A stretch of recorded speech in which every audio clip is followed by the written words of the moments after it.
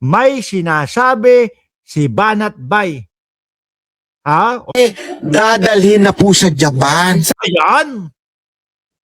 Umpisahan na po natin ang main topic natin, mga bossing, ha? Narinig nyo naman po, Duterte, dadalhin na daw po sa Japan, mga kababayan. Kanino po nang galing?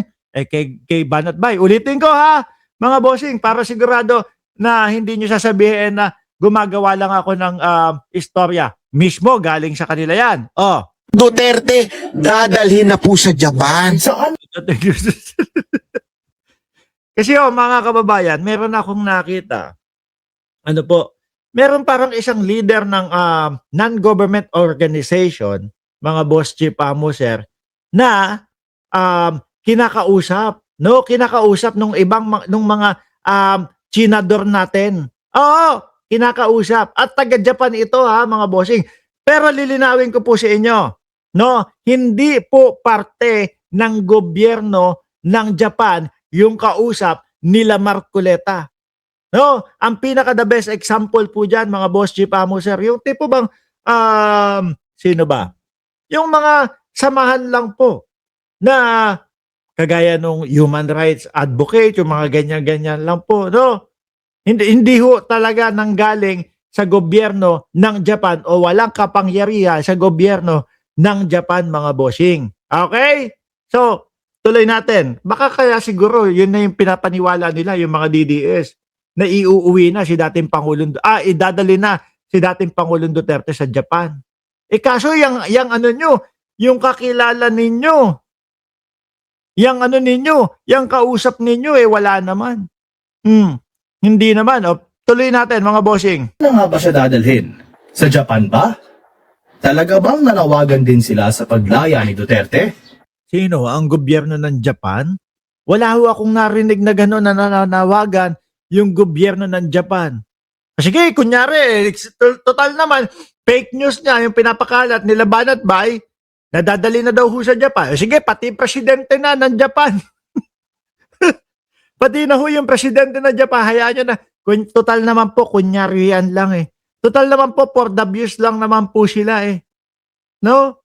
Alam nyo po, mga boss chief sir, kahit siguro po, sinong bansa ang kumausap sa ICC, malabs o malabo po na mapauwi, mabigyan ng pagkakataon ng interim release ang dating Pangulo.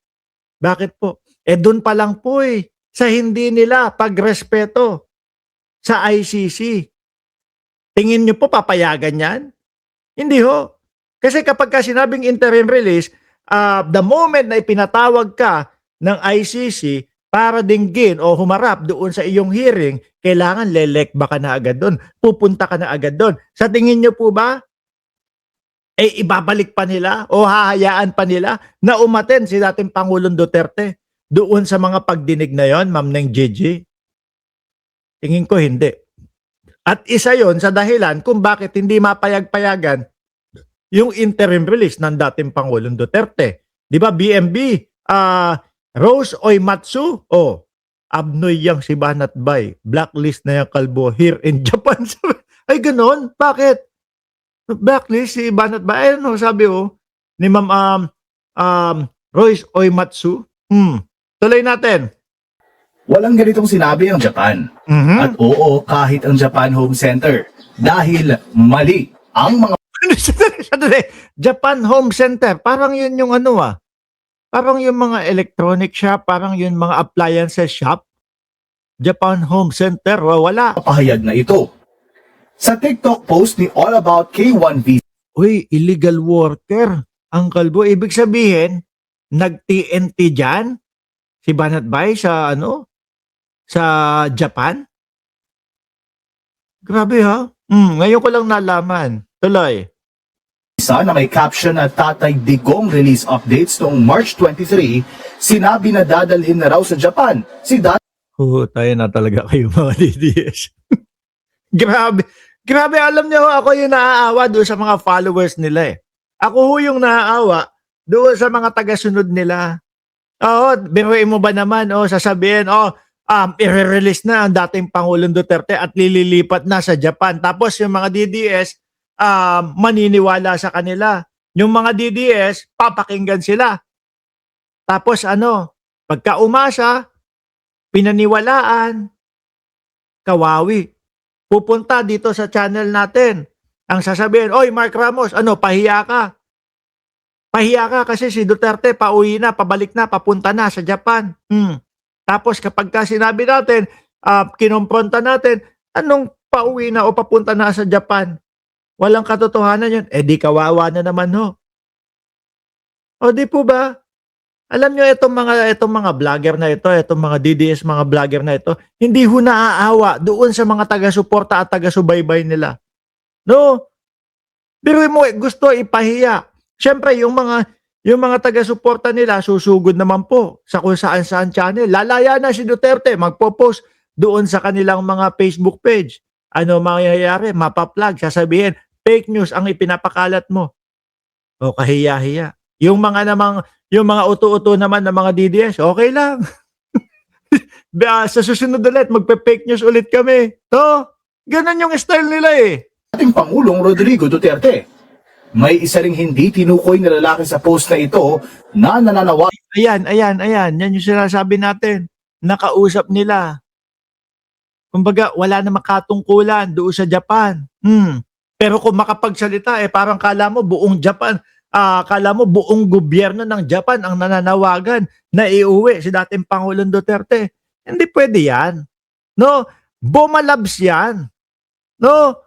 Kasi ang ICC, kahit sino pang bansa ang manawagan dyan, itutuloy niyan ang pagdinig sa dating Pangulong Duterte. Kasi yan yung tama. Di ba? Bakit hindi nyo na lang kasi hintayin? Uy, si Miel Rodrigo nandito na. Ba't hindi nyo na lang hintayin? Kunyari, matapos. Yung pagdinig sa kanya. Yun nga lang. Pasensya. Ang sabi kapag yung sinunod, yung araw ng pagdinig, aabot ng 10 taon. Biruin mo, 81 na po ang dating Pangulong Duterte nung nakaraang buwan. Kailan pa ang tapos niya? 91. Tapos ang masaklap pa ho, mga kababayan, baka ang maging resulta pa ay guilty pa. Aray ko naman po. Baka totoo nga yung sinasabi ng isang vlogger nila, 120 years daw makukulong o nakakulong ang dating Pangulong Duterte. Naku, magdilang anghel ka naman sana. sa harap umano ng United Nations para sa humanitarian review at interim release ni Duterte habang may text na Japan calling for FPRR. Uy, na putik, dinamay yung buong Japan, Japan calling for FPRRD. Hindi, baka kayo lang. Kayo ang galawan nyo talaga, galawang DDS no? Kami mga nananahimik na mga Pilipino, hindi naman namin gusto na i-release agad si dating Pangulong Duterte nang hindi natatapos yung kanyang pagdinig. Nang hindi nasasabihan na siya ay acquitted na. Tapos ang sasabihin ng mga DDS, nako, buong Pilipinas o ang majority ng Pilipino gusto nang mapauwi ang dating Pangulong Duterte. Yang ganyan ho, style po niyan, style DDS po yan. Galawang DDS po yan. Sasabihin, buong Japan. Mukha nga walang kamuwang-muwang yung presidente ng Japan kung ano nangyayari. Diyan kay dating Pangulong Duterte. Anong paki nila diyan? Di po ba? Mukhang etong mama na ito, mga bossing, hindi alam yung kanyang pinagsasasabi. Human rights? Paano naman po yung human rights ng mga kababayan natin na sinasabi na sila daw po ay nabiktima nung operasyon ng dating Pangulong Duterte? Nung tokhang-tokha. Di ba Prime Minister ang nasa Japan, hindi presidente? Sabi ni Beta G. Shadow, wait natin rest back ng Japan like fuel sa Malaysia. Release sa taas. So, bakit nga ba hindi ito totoo? Ang lalaking ito ay si Shunichi Fujiki. Si Shunit. Ay, sandali, naalala ko lang ho, mga kababayan. Kung hindi ako nagkakamali, di ba parang, kung di ako nagkakamali, di ba pumunta ang Vice Presidente sa Japan? Napasyal siya doon. Hindi ko lang matandaan kung ano, siguro mga buwan po ng Setyembre, Oktubre ng taong 2025. Mga September 2025, something like that to. Di ba pumunta doon ang Vice Presidente? Baka naman kinausap ito. Ano, uy, sali ka sa amin. Ano yan? Ano yan? Meron dyan. Ano, uwi, tatay ko. No, sali ka sa amin kasi wala na kaming kakampi. Oh, rally tayo. Makisigaw ka, naiuwi na. Sabihin mo, buong Japan kasali. Sabihin mo, buong Japan, gusto nang umuwi si dating Pangulong Duterte. Uulitin ko. No? Sa pagkakaalam ko at pagkakaintindi ko, hindi uubra yung mga call a friend, hindi uubra yung madami kang fans, dehins pwede yun. No? Talagang itutuloy, ididiretso yung tamang dapat gawin o yung tamang paglilitis sa dating Pangulong Duterte. Walang artihan dyan, hindi naman po kasi kagaya ng Pilipinas hindi kagaya ng Pilipinas naghahanap ng kakampi. Kasi naalala ko lang ang Vice Presidente pumunta doon sa sa Japan nung mga panahon na iyon No? Paki-correct na lang po ako kung mali yung mga petsa o yung buwan. Pero yung taon alam ko 2025. Isang Japanese researcher na nagsalita sa March 11 session ng United Nations Human Rights Booking na yan Researcher pa Mukhang hindi yata na-research yung mga nabiktima Yung mga kaawa-awa nating mga kababayan na hindi nabigyan ng due process. Researcher pa yan Ibang klase. Council at tumayong representative ng International Career Support Association doon. Ito ay isang non-governmental organization. Kaya ibig sabihin nito, NGO nga. No? Yung kinasasadlakan. Yung kinasasadlakan. Akala mo naman nakulong no? Akala mo, NGO nga yung kinasasapian nitong mama na ito. Ibig sabihin, hindi parte ng gobyerno ng Japan. Pero kung makapagsalita, Japan is calling for FPRRD na iuwi. Ng putek. ay hindi siya kumakatawan para sa Japan sa panawagan sa paglaya ni Duterte sa naturang sesyon. Naku, dinamay pa yung buong Japan. Sana makita, sana marinig ng kung sino man ang kinauukulan ng gobyerno ng Japan ito. Uy, wag mo kami dinadamay tapos kaltukan ninyo, Wala ring opisyal na pahayag ang Japan kaugnay nito. At bagaman binansagang rights advocate si Fujiki ng iilan, ayon sa Rights Report Philippines ay may record siya ng paggamit ng mga international forum para itanggi ang sexual na pang-aalipin noong panahon ng digmaan. Pero mukhang hindi niya ni-research itong kay dating Pangulong Duterte. Ang tingin ko dito baka pumunta yung Vice Presidente at eto humanap ng kakampi at eto yung napili na maging kakampi. No? Para magsisigaw din sa Japan. Kumbaga mga kababayan, tignan nyo hindi lang Pilipino o Pilipinas ang sumisigaw na iuwi na ang dating Pangulong Duterte, pati Japan. Kaya naman, yung sigaw ni Banat Bay, dadali na sa Japan. Para lang si Sara Duterte, panawagan daw ng mga Pilipino na tumakbo siya bilang president. Hindi ako Hindi ako nananawagan nun Kinakabahan niya ako. Paano kapag nanalo ang Vice Presidente, baka tigok na ako. Hindi yun yung ikinakakaba ko. Ang ikinakakaba ko, kapag nanalo ang Vice Presidente, paano na lang tayong mga Pilipino? Siyempre, makikiharap po yun. Attend sa meeting, yung mga malalaking leader, di ba? Sir Danilo Espejo, tapos siya yung kakatawan, siya yung magiging siya yung magiging parang katawan, kumakatawan sa mga Pilipino. Tapos makikita natin, ito kasi, di ba?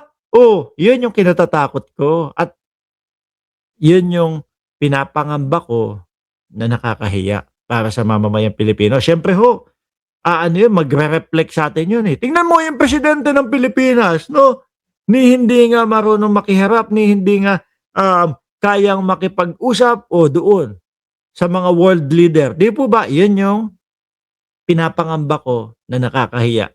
Kung sakali, na mailusot ng mga DDS ang Vice Presidente. Siraan ang mga mekanismo ng pananagutan at gamitin ang mga pamamaraan na kinumpara ng mga scholars sa Holocaust denialism. Naku, meron naman palang background itong si Bossing eh. Ang tanong, baka naman nabayaran ito para magsisigaw at para magsalita din o para makisali na uwi na si Duterte, papunta na sa Japan o dali na sa Japan. Hapon, nakisawsaw na hindi alam ang tunay na dahilan. Sabi ni Badali, totoo ho yan. Ano? Human rights, kumbaga, nananawagan doon sa pagkakapiit ng dating Pangulong Duterte at mukhang gusto sabihin nila, human rights. Nilalabag ang human rights ni dating Pangulong Duterte. Paano naman yung mga nabiktima talaga ho? Di ba? At noong November 28, 2025, tinanggihan ng International Criminal Di Sara Duterte kayo. Sara Duterte kami. Forever, takot ang mga adik at corrupt. Tapos yung Sara Duterte nila hanggang ngayon no, hindi pa din nakakasagot. Hanggang ngayon po, hindi pa rin masagot-sagot yung mga issue nila tungkol doon sa impeachment. Isa-isahin ko pa ba? Tuloy natin. Court ang appeal ni Duterte. Pero totoo Ryan, mahilig ka sa panutya, buwas-bawasan mo kasi, no, para hindi masyadong matamis yung laman ng utak mo. Puro naman siya sabi, sama kayo ni Marcos. Para sa kanyang interim release, kaya mananatili siyang nakadetain sa The Hague, Netherlands at hindi siya lilipad kahit saan man sa ngayon. Ay putang. Ang sakit naman mag-vlog nito. Sino ba tong nagba-vlog na ito? Kung sino man yung nagba-vlog na ito, masyado mo sinasaktan yung mga DDS. Masyado mo sinasaktan si Ryan na mahilig sa panutya. Hindi na daw makakauwi si Tatay Digong. Mananatili daw sa The Hague si dating Pangulong Duterte. Saklap nun Mahalagang maging mapanuri sa mga nakikita natin sa social media, lalo na sa mga mahalaga at matutunog na issue tulad nito. Totoo yan, no? Kasi kapag kayong kunyari nadiin na kayo, may mga pinaniwalaan na kayo doon sa mga DDS. No? Ngayon, ang mangyayari, post ka ng post sa social media mo, mahihiya ka na bumaliktad. Mahihiya ka na. Nabawiin pa yung mga pinagsasabi mo, ayun, lulong ka na sa pagiging DDS. Base lamang sa mga mapagkakatiwalaang sources at huwag basta-basta maniwala dahil lamang viral ito. Yan, narinig mo Ryan ha, wag daw basta-basta maniniwala dahil viral lang. Para naman, tubuhan ka na. Tubuhan ka na dyan. Alisin na nga natin si Ryan.